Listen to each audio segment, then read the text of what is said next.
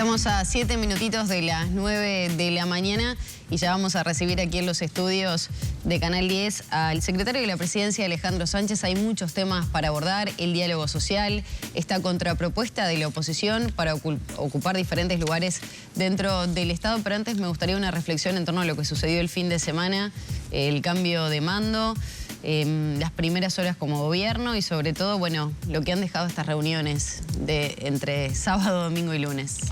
Bueno, buenos días, un gustazo estar con ustedes aquí. Lo del sábado fue muy emocionante, primero porque creo que para todos los uruguayos, más allá del cambio de gobierno y que fue parte de lo que nosotros tratamos de construir el día sábado, lo más importante era la fiesta de la democracia. Porque llevamos 40 años ininterrumpidos de democracia en Uruguay. En un mundo complejo, en un mundo polarizado, en un mundo de extremismos, en un mundo en guerra, que el Uruguay festeje 4 décadas ininterrumpida de democracia, donde vieron varias generaciones que aportaron hacia ello, nos parecía a nosotros que era mucho más relevante colocar eso en el centro que la transmisión de mando. Y de hecho fue lo que estuvo presente en el discurso del presidente de Yamandú, Orsi, porque él centró su discurso en estas 4 décadas de democracia. Por lo cual también tenía ese condimento del regreso del Frente Amplio al gobierno, ¿no? Y cuando, bueno, uno va pasando en las distintas actividades, bueno, se le viene a la memoria un montón de gente, compañeros que no están, que dieron mucho y que pelearon bastante para llegar ahí. Cuando uno ve a Mujica y a Lucía en las barras, y yo le tengo que tomar juramento a Yamandú, también se me pasan muchas cosas por la mente, por la cabeza, emociones. ¿Qué cosas? Y bueno, primero, por supuesto la alegría, pero también yo recordaba ahí que yo empecé a militar con 16 años, y a los 17 me convoca Arturo Dubra, que era un compañero veterano que no llegó a ver el primer gobierno del Frente Amplio, para una barra de gurises trabajar en el equipo de mateadas de Pepe Mujica. Y ahí empecé a recorrer el país. Porque nosotros colaborábamos en las mateadas, estábamos en la vuelta, entonces ver ese proceso de tener a Pepe y a Lucía ahí y asumiendo Yamandú, después de lo que fue también el proceso de llegar al gobierno, ¿no? A mí se me pasó por la mente la denuncia falsa contra Yamandú Orsi, todo lo que tuvimos que atravesar para llegar a esa circunstancia, en donde creo que logramos algo muy importante, es que no nos corrieran de nuestro foco, que no nos corrieran de nuestra forma de ser frente a la denuncia, frente al agravio, tratar de conducirse de otra manera. Todo eso estaba resumido ahí y claro que es emocionante. Estaban mis hijas, mi esposa, mi madre, no estaba mi padre porque hace tiempo que no lo tengo, pero de alguna manera tiene que ver con todo ese entorno. Y bueno, y toda la responsabilidad, y vos decías los primeros días, bueno, el otro día en la torre, todo el peso de la mochila. Porque, bueno, hay que gobernar el país, hay que empezar a tomar decisiones con respecto a los temas que suceden. Ustedes comentaban recién acá lo del tornado. Yo ayer me mandan la foto inmediatamente, tornado en Tacuarembó. Y bueno, ¿qué hacemos? Por suerte estuvo en el campo, no pasó por ninguna de las viviendas, pero es parte, digamos, de esa mochila, Sánchez, de los primeros días del gobierno, de hacerse cargo de la realidad. No quiero irme del discurso de Orsi en el Parlamento, recordando a las figuras de los expresidentes y otras figuras de la política uruguaya que ya no están, como Achugarri, por ejemplo. Ayer estuvo Botinelli acá y dijo que le llamó la atención que, por ejemplo, no se hiciera referencia a Liber Seregni en ese discurso, porque no estaríamos celebrando 40 años si no fuera por toda esa negociación para salir de la dictadura. ¿Por qué no se hizo referencia ni a Seregni ni a Story, por ejemplo? Bueno, sin lugar a dudas, yo escuché el análisis. Nosotros Yamandú optó quizá por no hacer tantas referencias a figuras frenteamplistas. Podría haber sido una opción en un contexto donde en 4 décadas de democracia y el Frente Amplio volviendo al gobierno, centrar un discurso mucho más frentista frente a la Asamblea General, pero se entendió, y creo que saludablemente, colocar un conjunto de temas y de referencias políticas en donde se habló de todos los expresidentes que estuvieron en estas 4 décadas, y se nombró por supuesto a Achugarri, quien es un legislador que todo el mundo conoce, aprecia por su forma de ser, por la construcción de acuerdos en el Parlamento, por un conjunto de temas que pasaron por el momento del Uruguay muy difícil, en donde había que ponerse de acuerdo en pleno crisis del 2002, y ahí la tesón de Achugarri para poder generar acuerdos y disensos ordenados también. Entonces me parece que lo que se intentó hacer es no hacer tanta referencia a figuras frente amplistas para que el discurso de Asunción fuera de un presidente, no de un partido, sino de todos los uruguayos. Y quizá por eso podría haber estado nombrado. Lo que pasa es que también el otro componente es, si uno mira, bueno, nos han dicho, no hubo un discurso muy programático tampoco de qué cosas vamos a hacer. Bueno, podemos hacer un discurso de 1 hora o podemos definir, en definitiva, cuáles son los ejes que nos parecen central. Y bueno, es cierto, no se hizo referencia a Liber Sereni, quien es una de las figuras, ni que hablar, destacadas del proceso de transición y de la salida de la dictadura, y presidente del Frente Amplio, fundador del Frente Amplio naturalmente, pero tuvo más que ver con eso, de no hacer tanto de nuestro cuadro, sino hablar más en general. Sánchez, ¿le van a dar más cargos a la oposición? En el Uruguay no hay nada escrito con respecto a la participación de la oposición en los gobiernos. No existe, es un acuerdo tácito, que creo que es saludable además. Y nosotros tenemos la firme convicción de que la oposición tiene que estar. Primero, en las empresas públicas, el presupuesto de las empresas públicas no pasa por el Parlamento, va directamente a la OPP. Entonces ahí hay una función, naturalmente, de contralor en la que tienen que estar. Pero ahora ha habido circunstancias muy distintas. En el año 99 el Frente Amplio fue el partido político más votado del Uruguay en esas elecciones. La primera vez que lograba eso el Frente Amplio, y no participó de ese gobierno que comenzó allí.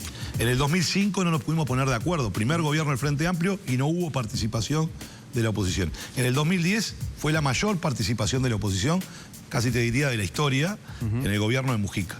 Luego, en el segundo gobierno de Vázquez, bajó la cantidad de cargos en lo que participó la oposición porque se tomó un criterio que era que donde había participación social no había participación de los partidos de oposición, ¿verdad? Luego, el de la coalición fue un criterio más restrictivo todavía, en donde le ofreció 33 cargos al Frente Amplio originalmente, terminaron siendo 34, y nosotros en esa discusión de hace 5 años atrás nos centramos en la calidad y no en la cantidad. Bien. Porque en aquel momento nosotros, por ejemplo, no nos daban participación en Antel, no nos daban participación en colonización, y centramos la discusión y la negociación en esos temas.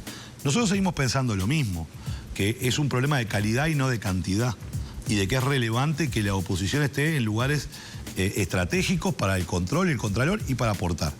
He escuchado a algún dirigente de la oposición decir que hacer una cuenta matemática con respecto a la elección de octubre del 2019 y de octubre del 24, diciendo, bueno, la oposición tiene un porcentaje mayor de lo que tuvo el Frente Amplio.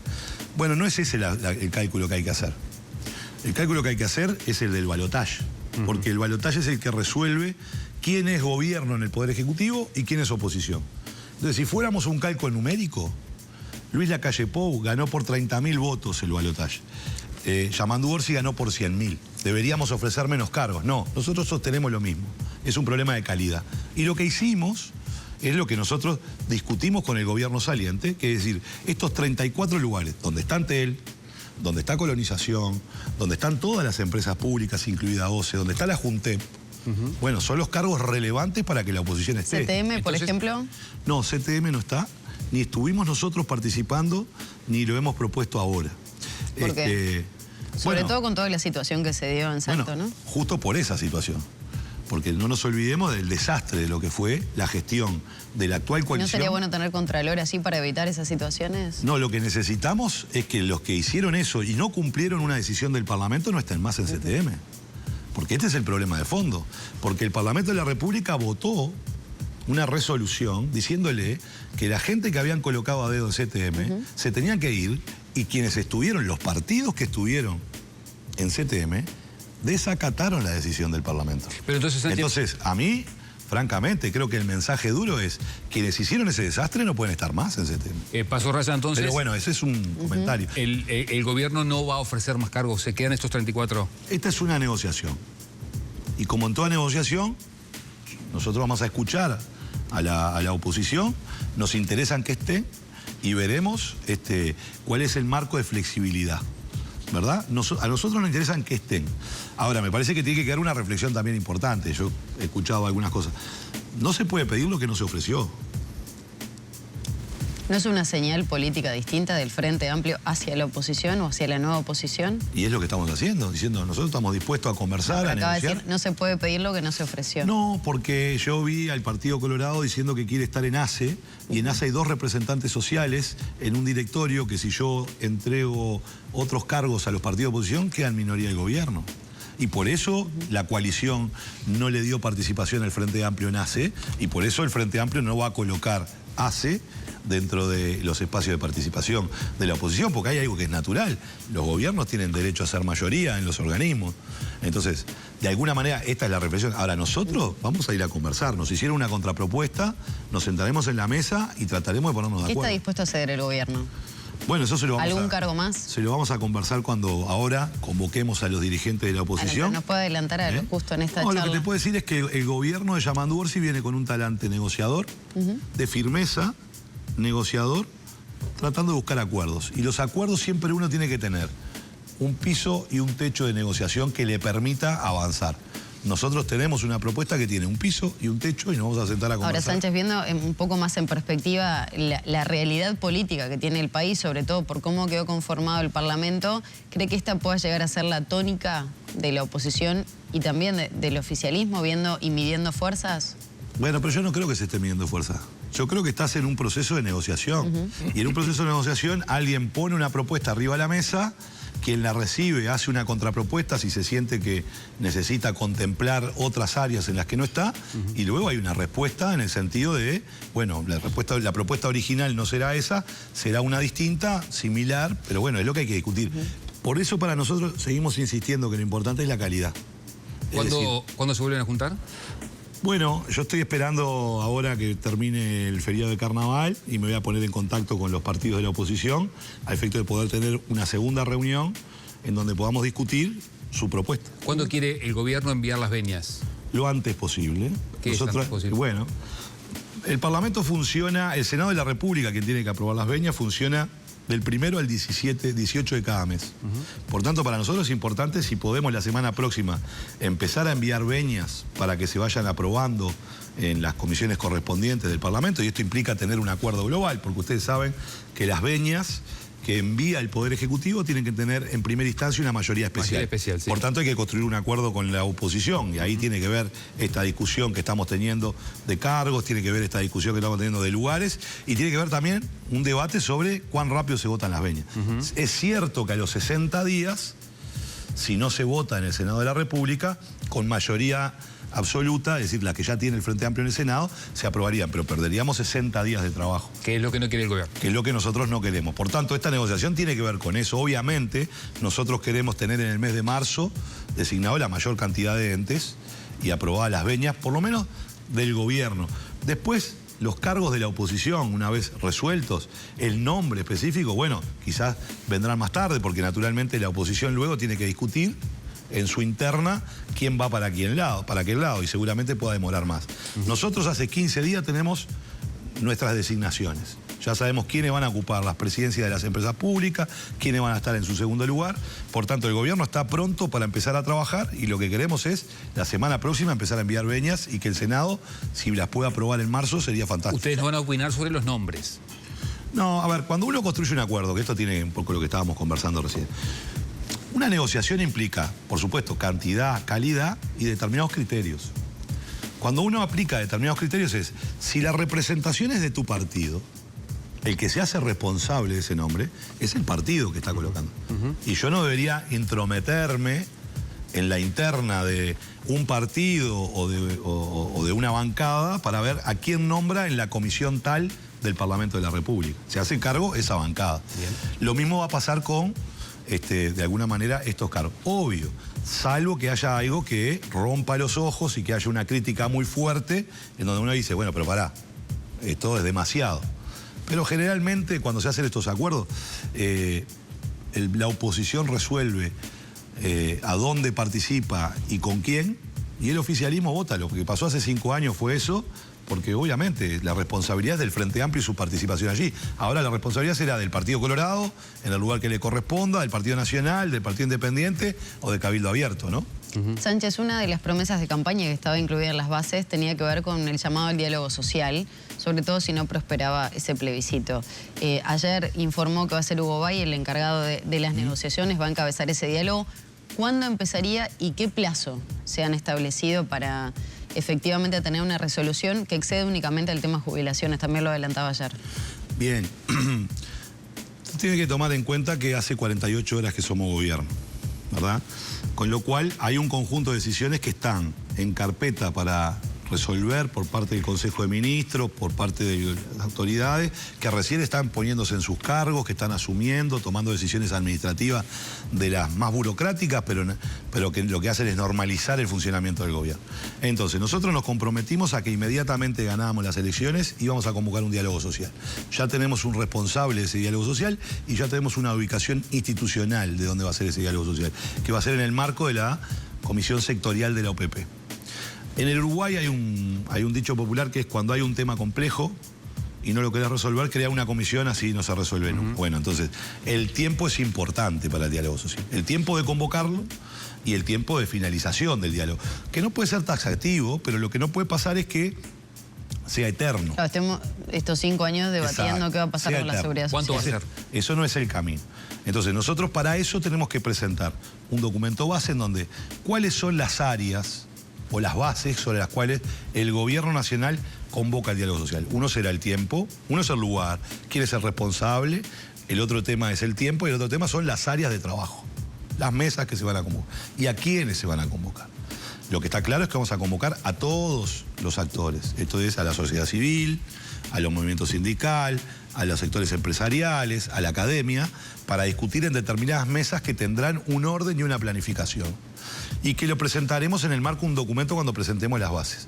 Nosotros queremos convocar al diálogo social a partir de este mes, seguramente en el primer mes de marzo, convocarlo y empezar a instrumentarlo. Porque además el gobierno tiene otras tareas concomitantes, tiene que organizar la rendición de cuentas que hay que presentar en mayo, que es la última rendición de cuentas del gobierno que se fue. Y tenemos que a partir de eso, que es el punto cero, cuál es el estado de situación de cada uno de los ministerios, de cada una de las políticas, de cada una de las realidades del Uruguay, a partir de ahí elaborar el presupuesto nacional, que se tiene que presentar en junio.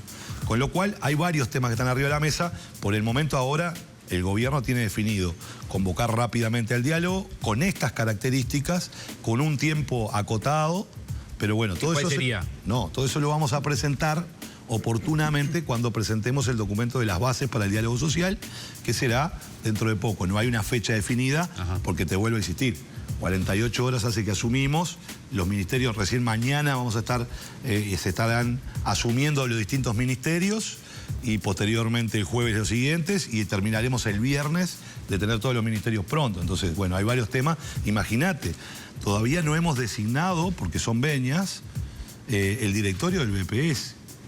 Y vaya si será relevante el directorio del BPS para poder participar de ese diálogo social. Entonces, hay temas que implican darle un tiempo al gobierno para que se instale. Sánchez, le quiero hablar también de la seguridad, ¿no? Situaciones complejas que se han vivido, sobre todo desde este fin de semana para adelante, un doble homicidio de 2 adolescentes, uno de ellos jugador de Miramar de las juveniles. De hecho, se publicó un posteo que después se borró vinculado al asesinato incluso de juveniles de diferentes clubes. Son 3 en los últimos meses. Estos robos piraña, ¿cómo se empieza o por lo menos a delinear ese camino estratégico para combatir la seguridad a nivel del gobierno central? Bueno, es evidente que la situación del país en términos de seguridad, y esto fue parte de la campaña electoral y parte de las críticas al gobierno saliente, ha ido desmejorando. Y estos eventos demuestran naturalmente a lo que estábamos viviendo en los meses anteriores, ¿no? Entonces, por tanto, ahí nosotros hemos planteado la necesidad de reforzar algunas líneas de política en el Ministerio del Interior. El ministro del Interior, Carlos Negro, ha sido muy claro. Las primeras decisiones que hemos tomado es aumentar el patrullaje. Esa es la primera que se ha tomado. ¿En qué zonas? ¿En todos los barrios? Ahí el tema es este. Justamente, no en todos los barrios, sino en los lugares estratégicos, porque uno no puede tener presencia, esta es la realidad, el Estado uruguayo no puede decir tengo presencia absolutamente en todas las cuadras, no, entonces lo que tiene que hacer es planificar. Nosotros fuimos muy críticos con que el gobierno actual no siguiera potenciando el sistema de patrullaje PADO, no lo potenciara más, porque el sistema de patrullaje PADO se basaba justamente en un mapa de las zonas calientes y en una planificación estratégica del patrullaje que permitía de alguna manera tener una actuación mucho más inteligente que una actuación rutinaria. Cuando vos haces una actuación rutinaria, y bueno, los delincuentes son vivos, saben que si todos los días a las 7 pasás por la puerta del canal, a esa hora no están. ¿Usted dice que ya se cuadra. ordenó más patrullaje? Bueno, una de las decisiones que tomó Negro ayer, ingresó al Ministerio del Interior y lo que planteó junto con el nuevo jefe de policía, que es el mismo que estaba antes, es fortalecer el patrullaje en alguna zona debido a estas situaciones que se plantean. Hay que desplegar una estrategia nueva. El tema de las motos, porque ayer también algunos periodistas vinculados a la crónica policial, como Miguel Chagas, señalaba que se pretendía empezar a modificar el tema de la venta de motocicletas y demás. Sobre todo viendo lo que ha sucedido, ¿no? Bueno, por eso se tira desde motos, esos robos pirañas que mencionaba. ¿Hay algún proyecto en el que se esté trabajando, que se pueda brindar algún detalle más, sino que solamente en ese rumor? No. El Ministerio del Interior va a hacer una propuesta concreta en su momento, porque tiene que ver con esto, cómo mejoramos los controles y más cuando se da esta modalidad, que es una modalidad que se ha dado en toda América Latina, ¿no? Y entonces parte del control de los propietarios de las motos y de cómo se generan todas esas circunstancias es parte de lo que hay que hacer. Ustedes miren, pasen por muchas de las comisarías del país y van a encontrar que hay un parque de motos enorme por la cantidad gigantesca de decomisos de motos que se realizan en los procedimientos normales de la policía y de todas maneras tenemos esta situación en donde la modalidad de la utilización de la moto como uno de las herramientas para el delito. Entonces, bueno, allí hay, por supuesto, que trabajar fuertemente en mejorar los controles para evitar estas situaciones. Es parte de lo que estamos proyectando, es parte de lo que vamos a hacer y es parte de lo que ya está trabajando el equipo del Ministerio del Interior para proponer de modificaciones en una estrategia distinta para atender esta realidad. ¿Cuánto tiempo se van a dar para la negociación con los responsables de Arasatí?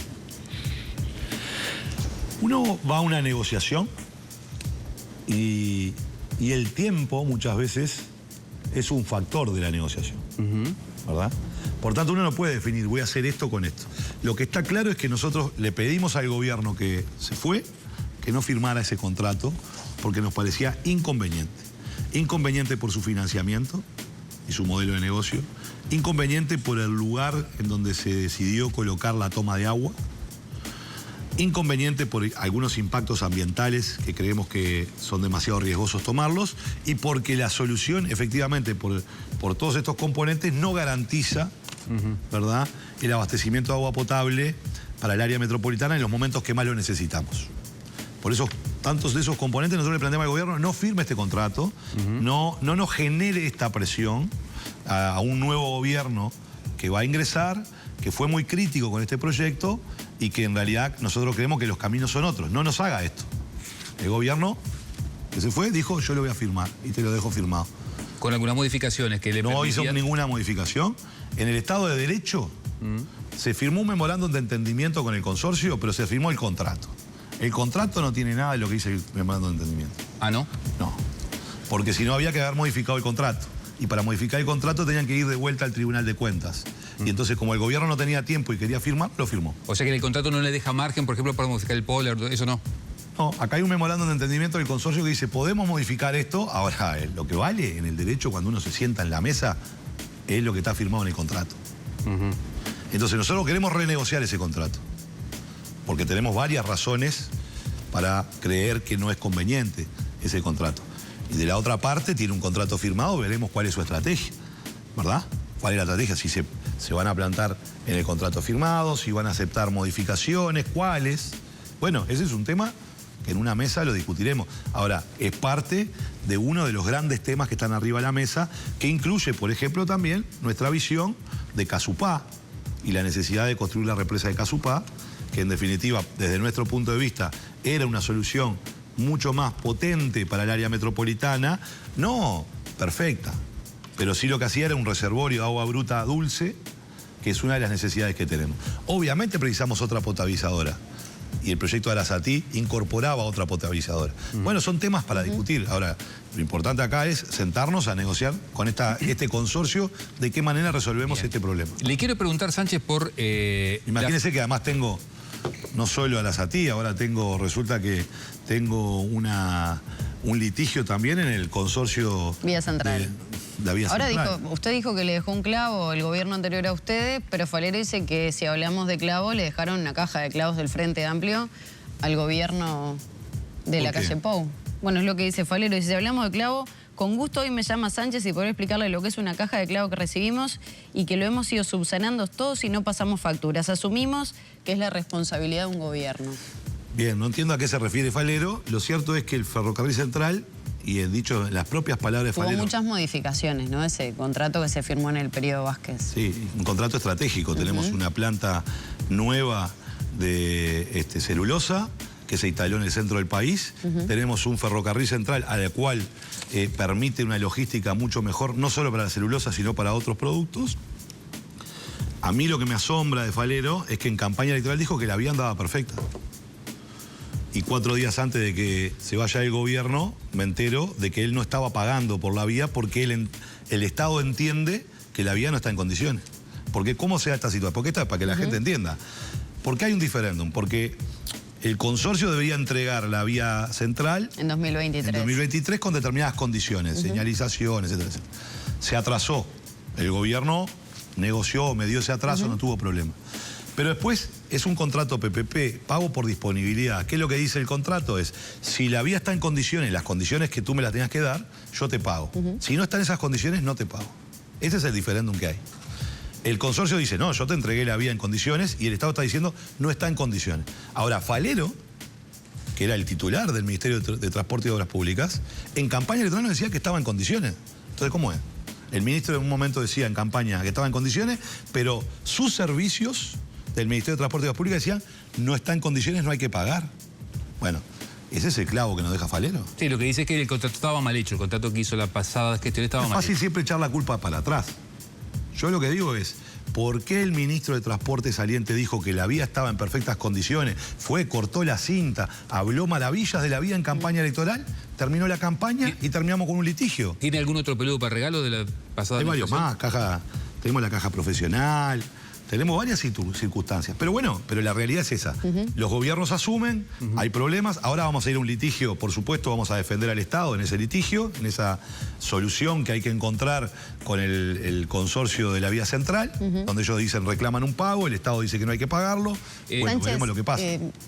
Pero es parte de la vida, ¿no? Está bien. Y gestionar las cosas. Le quiero preguntar por otro tema, rapidito, porque se nos va terminando el tiempo. Se termina rápido. Claro, pues usted ahora tiene un cargo importante y hay muchas preguntas para hacerle.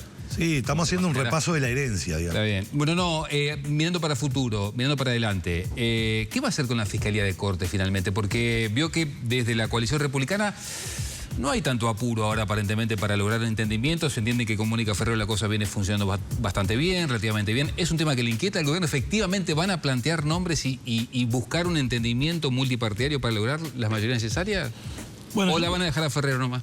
No, yo creo que sería una mala señal que el sistema político no se ponga de acuerdo. Sería una década sin ponerse de acuerdo en nombrar un fiscal general. Yo creo que como señal, hablamos de la fortaleza de nuestra democracia, hablamos de la seriedad de nuestros partidos, hablamos del diálogo político que existe en el Uruguay, que nos reconocen en el mundo, los expresidentes están sentados allí, todo el mundo que vino dice, esto en muchos países no se puede hacer. Bueno, yo creo que el sistema político, venimos de un proceso donde no nos hemos podido poner de acuerdo, y no se nombró un fiscal general en los 5 años que pasaron. Si no se lograra un acuerdo en este periodo, pasaríamos una década sin acordar un tema muy relevante, importante, como es la Fiscalía General, independientemente de los nombres, ¿no? Entonces yo creo que sí, ahí el gobierno es mano. Nosotros le propusimos al gobierno anterior saliente, bueno, proponga nombres y veamos si nos podemos poner de acuerdo. Al final el gobierno no terminó nunca de proponer nombres. También te van a proponer. Yo creo que nosotros somos mano y tenemos que generar un espacio de negociación, porque además en estos 5 años también se da otra situación, que la mayoría de los miembros de la Suprema Corte de Justicia también deben ser elegidos. Por tanto, ahí hay un paquete, se puede decir, entre la Suprema Corte de Justicia, Tribunal de lo Contencioso y Fiscalía General de Corte. Bueno, capaz que en el Parlamento, y aspiramos que ahí sea el ámbito para poder discutir, en el Parlamento puede haber espacio con tiempo para ponerse de acuerdo y nombrar. Sánchez, rapidito, porque ya me están apurando de todas las maneras. Depende de la pregunta, May. Sí, Es complicada, pero le pido ser concreto. Pregunta complicada. El tema de desindexación de salarios, y no voy a la polémica con O'Donnell, sino pero en concreto... No te la puedo contestar rapidito, ¿eh? ¿Cuáles son las medidas que va a adoptar? Porque ayer en alguna entrevista mencionó qué pasa con los salarios más sumergidos y con los más altos. Comparó los 25.000 pesistas con los que ganan 100.000 pesos. ¿Cuál va a ser la propuesta del gobierno para la ronda de salarios? Bueno, la propuesta del gobierno es clara, porque es nuestra política económica, es fortalecer y poner en especial atención los salarios sumergidos.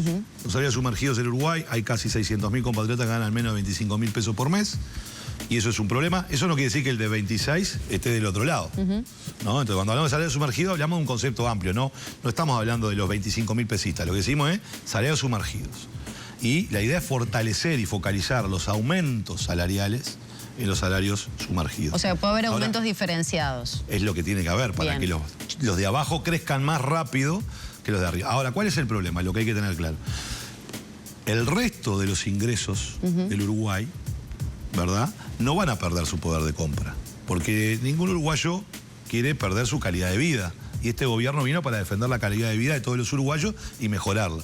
Ahora, muchas veces se discutía en este país, en la política salarial, es si la economía crece un 5%, los salarios tienen que crecer un 5% en términos reales. Y eso es lo que critica O'Donnell, que termina generando problemas del resto de la economía, bueno, o el equipo económico. Es una discusión más compleja, no es tanto así. Lo que nosotros decimos es, bueno, si 5% de crecimiento en un salario de 100.000 son 5.000 pesos, en un salario de 10 son 500.